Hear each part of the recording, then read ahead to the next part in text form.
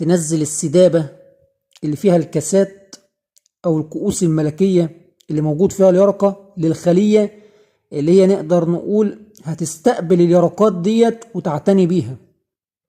تمام. أنا بس عاوز الأخ يركز معايا لو الصورة واضحة لليرقات اللي موجودة في العيون الثلاثية. تمام.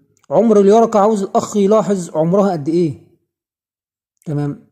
ربما يكون أنا يعني بحاول أطلع بعض اليرقات الغذاء الملكي ربما يكون مغطيها لو الأخ متابع. تمام.